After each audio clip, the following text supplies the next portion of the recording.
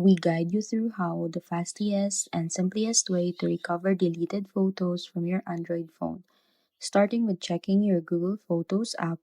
where deleted item may still be in the trash folder for up to 60 days. Then moving on to third-party recovery apps like Disk Digger or Doctor Phone that allow deep scans for your device's internal storage. Next, showing step by step how to connect your phone to PC and use recovery software to locate lost images, including tips to avoid overwriting deleted files by immediately stopping usage of your phone's camera or downloads, highlighting the importance of granting the necessary permissions for the software to access memory. And finally, walking you through the saving recovered photos safely to cloud storage or an external drive to prevent future loss,